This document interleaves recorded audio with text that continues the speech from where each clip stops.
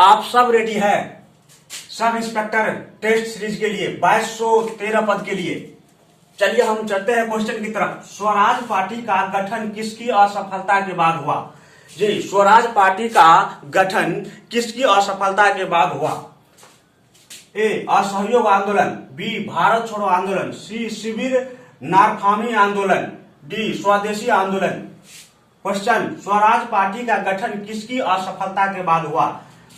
परीक्षा के लिए बड़ा मायने रखता है ऐसा सवाल।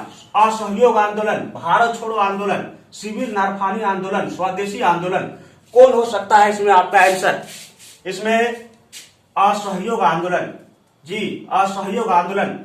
असहयोग आंदोलन 1 अगस्त 1920 को शुरू हुआ था और 12 फरवरी लगभग 1922 ईस्वी तक यह आंदोलन चला था। 1 अगस्त 1920 को शुरू हुआ था असहयोग आंदोलन और 12 फरवरी 1922 ईस्वी तक यह आंदोलन चला था। उसके बाद 1923 में स्वराज पार्टी का गठन हुआ था मोतीलाल नेहरू और चित्तरंजन दास के द्वारा। बढ़िए दूसरे प्रश्न की तरफ। आजाद हिंद फौज का प्रथम सेनापति कौन था? आजाद हिंद फौज का प्रथम सेनापति कौन था? ए, मोहन सिंह, बी, प्रीतम सिंह, सी, सुभाष चंद्र बोस, डी, शहनवाज खां। कौन है इसमें आपका आंसर? इसमें आपका आंसर मोहन सिंह। मोहन सिंह आजाद हिंद फौज का प्रथम सेनापति था और आजाद हिंद फौज का सुपर कमांडर सुभाष चंद्र बोस था। उसके बाद संगठनकर्ता रास बिहारी बोस था। चलिए देखिए नेक्स्ट क्वेश्चन। बाल गंगाधर तिलक द्वारा राष्ट्रीयता को बढ़ावा देने हेतु अखबार निकाला जाता था। बाल गंगाधर तिलक द्वारा राष्ट्रीयता को बढ़ावा देने हेतु अखबार निकाला जाता था। युगांतर, देशभक्ति, केसरी, क्रांति। कौन हो सकता है इसमें आंसर? युगांतर, देशभक्ति, केसरी, क्रांति। तो बाल गंगाधर के द्वारा राष्ट्रीयता को बढ़ावा देने हेतु अखबार निकाला जाता था केसरी। ये मराठा अखबार केसरी। तो आपको बता दूं 2213 पद, दरोगा की जो बहाली है 2213 पद के लिए टेस्ट सीरीज करवा रहा हूं। चलिए बढ़ते हैं क्वेश्चन की तरफ। भारतीय स्वतंत्रता संग्राम के दौरान रॉलेट एक्ट ने किस कारण से सार्वजनिक रोष उत्पन्न किया? क्वेश्चन बहुत इंपोर्टेंट है। भारतीय स्वतंत्रता संग्राम के दौरान रॉलेट एक्ट ने किस कारण से सार्वजनिक रोष उत्पन्न किया? अब देखिए चौंकाने वाली ऑप्शन है। इसने धर्म की स्वतंत्रता को कम किया।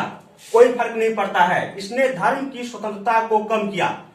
इसने भारतीय परंपरागत शिक्षा को दबाया।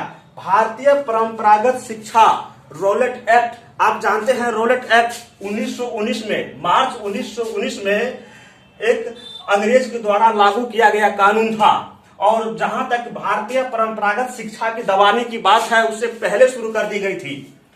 और सी में देखिए, इसने लोगों को बिना मुकदमा चलाए जेल भेजने के लिए अधिकृत किया। और डी में इसने श्रमिक संघ, ट्रेड यूनियन की गतिविधियों को नियंत्रित किया। डी हो नहीं सकता है। और जो सी, इसने लोगों को बिना मुकदमा चलाए जेल भेजने के लिए अधिकृत किया, यही इसका सही आंसर है। इसका आंसर सी हुआ। इसने लोगों को बिना मुकदमा चलाए जेल भेजने के लिए अधिकृत किया। और अब ये रॉलेट एक्ट का विरोध 6 अप्रैल 1919 को गांधी जी ने किया था और इसी रॉलेट एक्ट को गांधी जी काला कानून कहा। इस रॉलेट एक्ट को बिना अपील, बिना वकील और बिना दलील का भी कानून कहा गया। इस रॉलेट एक्ट इतना खतरनाक कानून अंग्रेज लाकर दिया कि कोई भी आदमी पूरे भारतवर्ष के अंदर कहीं भी भीड़ नहीं लगा सकता है। 5, 10 या 15 की स्थिति में कहीं नहीं घूम सकता है और बैठकर कहीं मीटिंग नहीं कर सकता है। जालियांवाला बाग हत्याकांड आप सब जानते हैं। रॉलेट एक्ट के ही दौरान पंजाब के 2 बड़े नेता डॉक्टर सतपाल और किचलू को जब गिरफ्तार कर लिया अंग्रेजी सरकार ने, तो उसी के विरोध में जनसभाएं हो रही थी जालियांवाला बाग में। और जनरल डायर ने बड़ी जो उन्होंने गलती की कि लोगों के ऊपर अत्याचार किया। देखिए, साइमन कमीशन के आने के विरुद्ध भारतीय जन आंदोलन क्यों हुआ? साइमन कमीशन के आने के विरुद्ध में भारतीय जन आंदोलन क्यों हुआ? ऑप्शन की तरफ बढ़ते हैं। पहला ऑप्शन, भारतीय 1919 का अधिनियम की कार्यवाही का पुनरीक्षण कभी नहीं चाहते थे। और दूसरा, साइमन कमीशन ने प्रांतों में द्विशासन की समाप्ति की। तीसरा, साइमन कमीशन में कोई भी भारतीय सदस्य नहीं था। चौथा है, साइमन कमीशन ने देश के विभाजन का सुझाव दिया। तो कौन हो सकता है इसमें सही आंसर?